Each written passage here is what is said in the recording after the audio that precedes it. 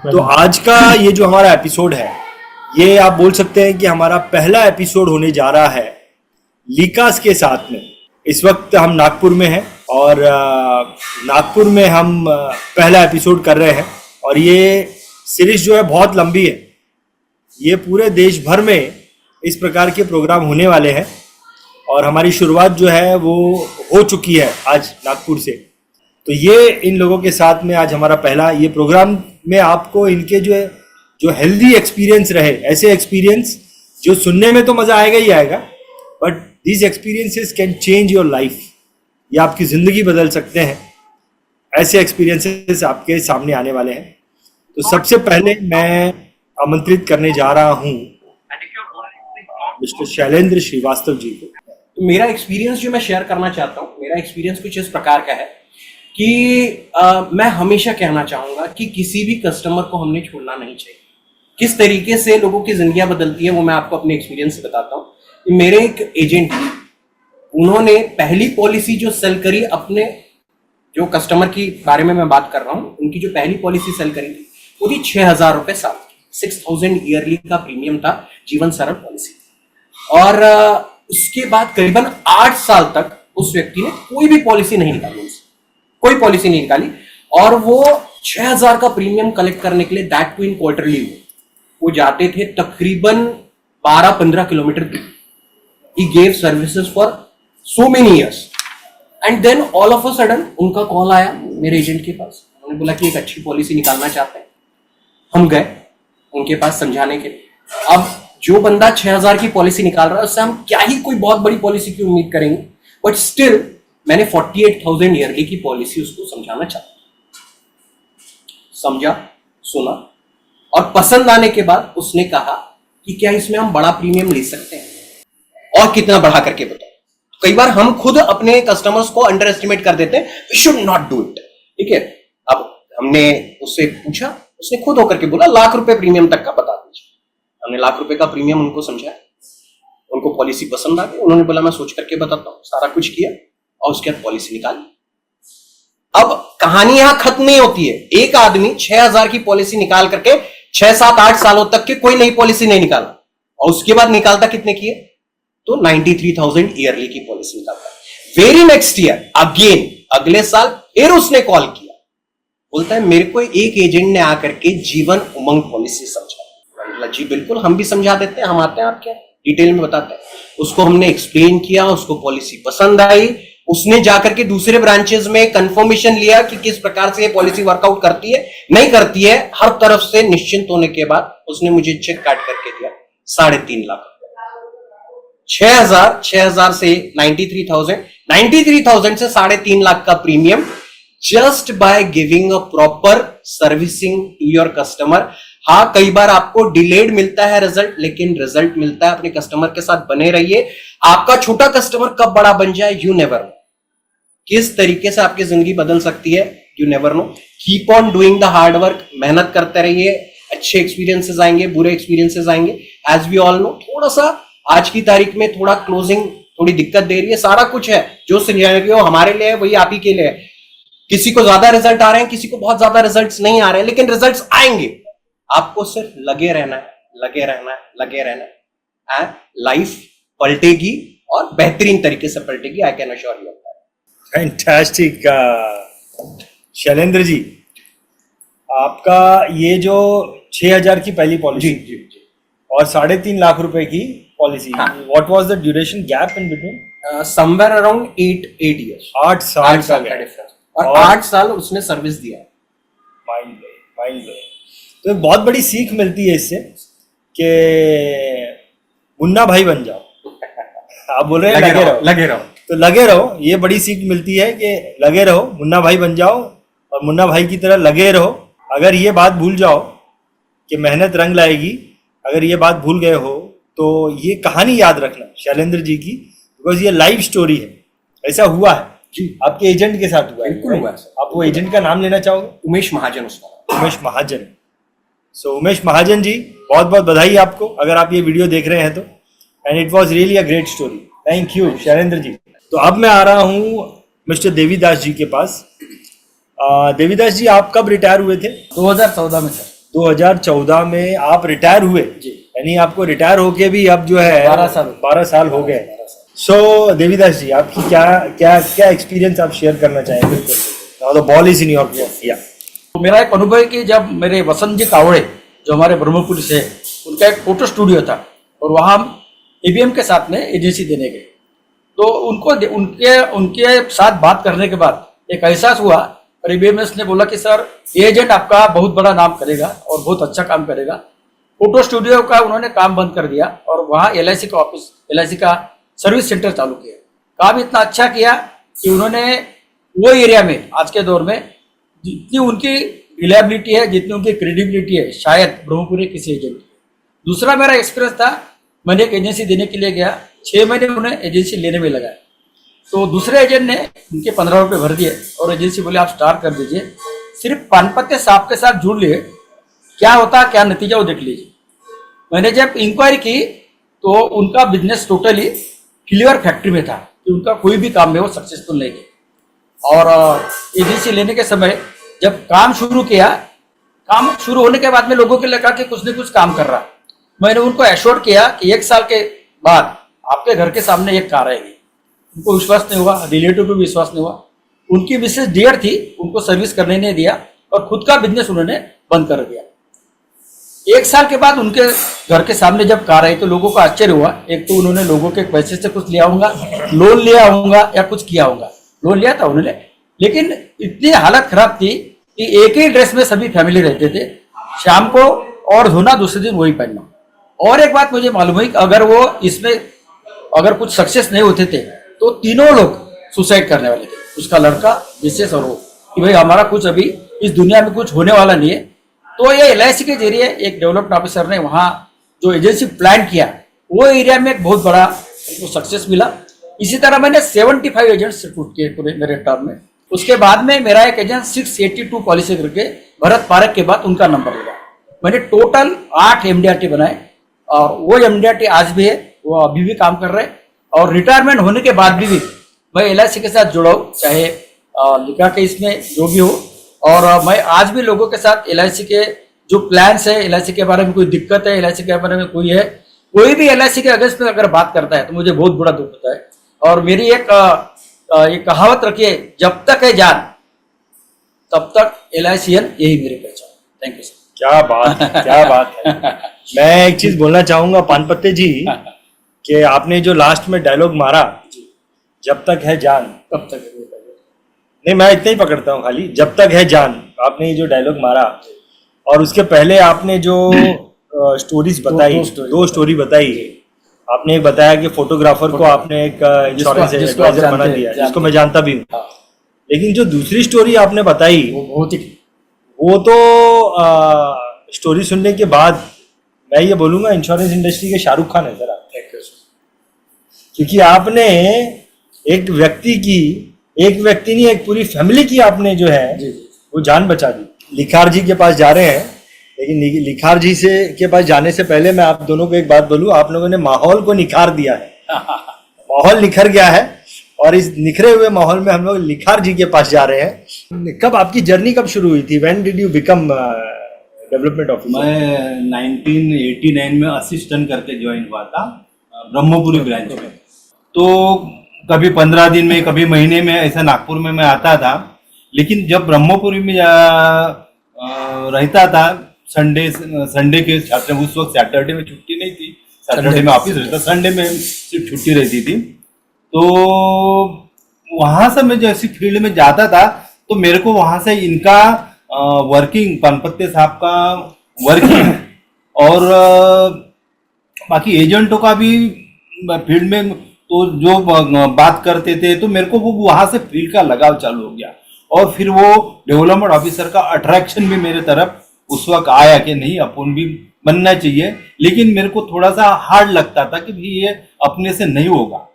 लेकिन उस समय जयंत वैरागड़े साहब थे ब्रांच मैनेजर, बाद में वो एसडीएम भी बने, सेक्रेटरी भी बने रहे थे। तो उन्होंने मेरे को मोटिवेट किया, क्योंकि मेरा काम का ये देखते थे कि वो मैं फील्ड में जाता था इनके वजह से, तो क्या मेरे को एजेंट की मतलब डिफिकल्टी, पॉलिसी होल्डर का मतलब उस वक्त उसकी जरूरत ये मेरे को थोड़ा सा महसूस होती थी। तो फिर वो जैसे ही ऑफिस में आते थे तो मैं उनका काम फट से कर देता। कोई काम के लिए मैं जानता था कि भाई इनको लोन चाहिए, जैसी खेती के लिए उनको कुछ लेना है, दवाई वगैरह, खेती की दवाई, तो मैं जरूरत महसूस होता था। मैं उस वक्त क्लेम डिपार्टमेंट में था, पीएस में भी था, तो लोन हो गया फट से कर देता। डेथ क्लेम भी आते थे तो कुछ डेथ क्लेम तो मैंने विथ इन ए डे कर दिया। अगर सवेरे 10 बजे अगर डेथ क्लेम की एप्लीकेशन आई, सब अगर पूरे डॉक्यूमेंट्स रेडी है तो उसी वक्त मैं प्रोसेस कर देता। और हमारे एसजी भी अच्छे थे, बारह पात्रे करके एसजी थे वो भी अच्छे थे। वो भी बोलते थे कि लिखार सब ओके है, चलो अपन कर देते। तो बहुत से हमने death claim with in a day किया। तो वहां से मेरे को तो फिर मेरे को जयंत वैरागढ़ साहब ने भी बोला कि बोले लिखार, बोले ये एडमिन का बोले काम तेरे तरफ तेरा नहीं है, बोले तू मार्केटिंग के तरफ जा, बोले तू उसके लिए फिट है बोले। तो मेरे को उस वक्त तो कुछ लगा नहीं, मतलब मैं उतना ध्यान नहीं दिया। दूसरे बार भी उन्होंने बोला, फिर मैं बोला चलो ठीक है। उस वक्त फिर डेवलपमेंट ऑफिसर की एडवर्टाइजमेंट भी आई, तो फिर उन्होंने बोले नहीं, बोले तू भर बोले फॉर्म। फिर मैंने फॉर्म भरा। एग्जाम वगैरह उस पीरियड में मैं ब्रह्मपुरी में था तो हो गई थी एग्जाम डेवलपमेंट ऑफिसर की, और काटोल में आया तो रिजल्ट लग गया। रिजल्ट लगा, पर्सनल भी हुआ। फिर जब पर्सनल हुआ और मैं सिलेक्शन हुआ मेरा, तब मेरे को महसूस हुआ कि भाई नहीं, अभी जाना नहीं जाना, होगा नहीं होगा। क्योंकि कैसा है कि भी पार्टी के सामने बड़ी बड़ी पार्टियां रहती है, उसके सामने बैठना, कन्विंस करना, एजेंट को कन्विंस करना। और उसके बाद में मेरे को ब्रांच मिली, सावनेर ब्रांच मिली, जो मेरे को कुछ भी नहीं मालूम था वहाँ का। कोई कभी गया नहीं था मैं सावनेर में।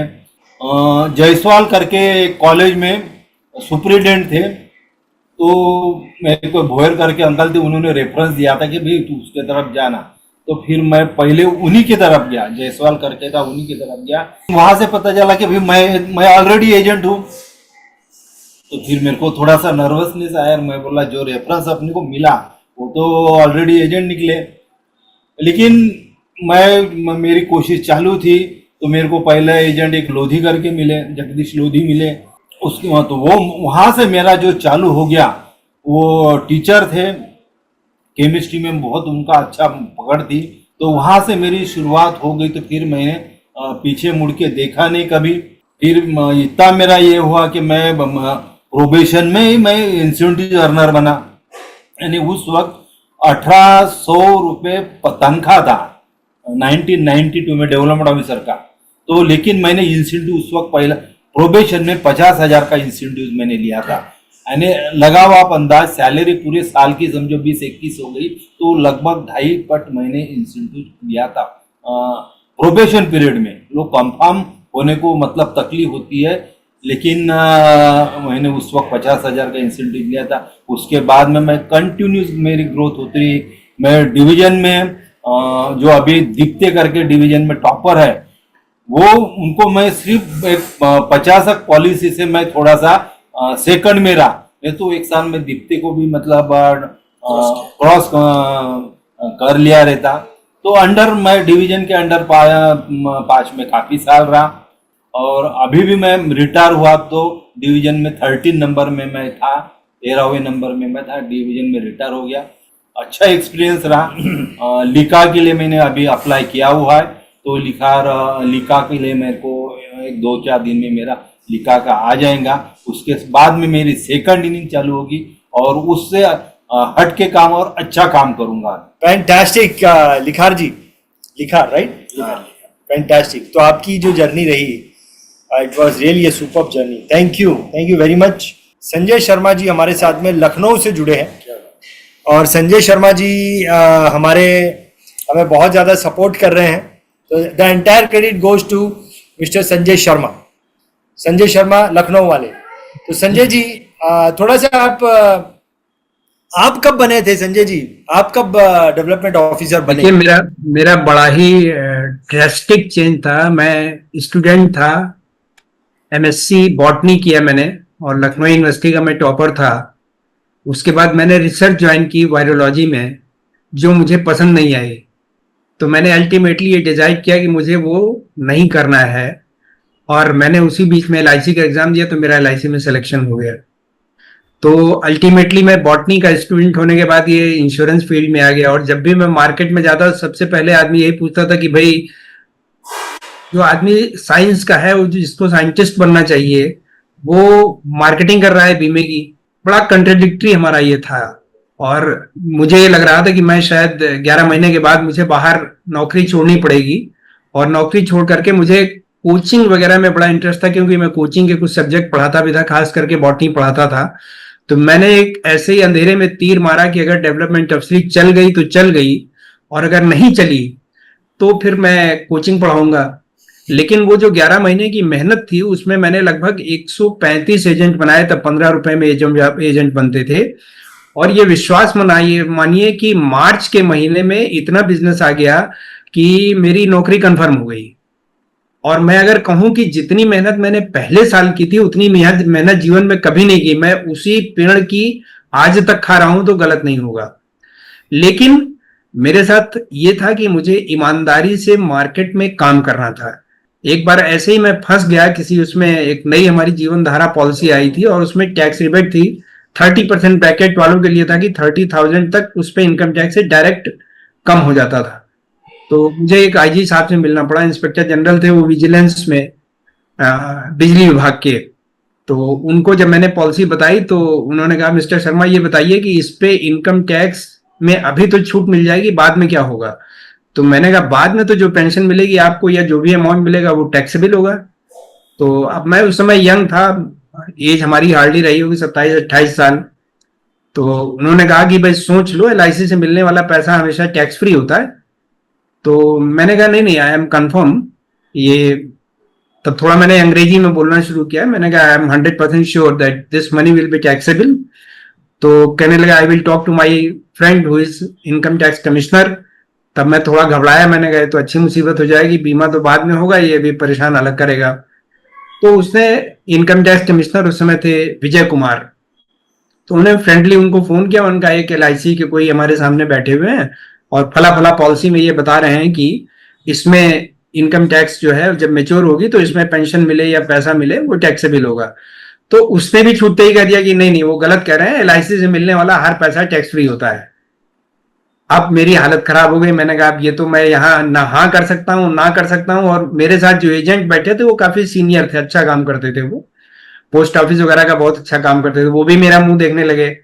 बट मैं कॉन्फिडेंट इसलिए था कि मैं उसका नोटिफिकेशन उस स्कीम का अपने पास रखे हुए था अपने बैग में। तो मैंने बड़े कॉन्फिडेंस से कहा कि आप अपने इनकम टैक्स कमिश्नर से ये पूछिए, उनको ये बताइए कि जो भी हम बता रहे हैं एक पर्टिकुलर स्कीम के बारे में बता रहे हैं, और ये स्कीम अभी आई है, इस पे एडिशनल 30,000 की छूट है जो आपकी इनकम से डायरेक्ट कम हो जाएगा। तो उसने कहा कि आर यू श्योर? हमने कहा आई एम 100% श्योर। तो उसने फिर उनको विजय को फोन किया, तो उन्होंने कहा कि नहीं ऐसा तो नहीं है। तो उनका नहीं, ये मेरे सामने बैठे हुए हैं और बड़े कॉन्फिडेंस से कह रहे हैं मैं इनको डिटेन कर लूं। जब उसने डिटेन वर्ड यूज किया तो मुझे लगा कि ये तो मामला अलग जा रहा है, लेकिन चूंकि मेरे पास नोटिफिकेशन था तो मैं घबराया नहीं। तो आधे घंटे बाद फिर उन्होंने जब उनको फोन किया तो विजय कुमार जी ने ये कहा कि नहीं वो आपके सामने LIC के जो सज्जन बैठे हुए हैं वो सही कह रहे हैं। पहली बार मुझे एहसास हुआ कि LIC में नॉलेज का कितना बड़ा रोल है। जब तक प्रोडक्ट की नॉलेज नहीं होगी हमको, तब तक हम अपने प्रोडक्ट को मार्केट में ले नहीं जा पाएंगे। पहले ले जा सकते थे क्योंकि कस्टमर अवेयर नहीं था, आज की तारीख में कस्टमर अवेयर हो गया है।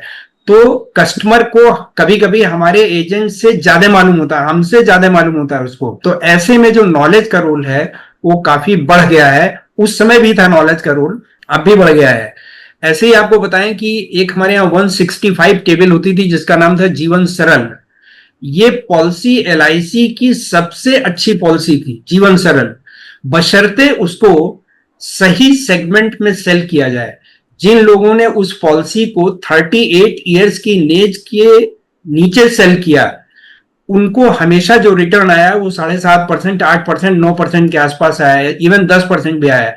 लेकिन जिन्होंने 30 एज के बाद उसको सेल किया है, उससे ज्यादा हायर एज का कस्टमर था, उसका रिस्कवर का बेनिफिट तो बहुत मिला, बट उसको जो रिटर्न मिला वो कंपैरेटिवली कम मिला।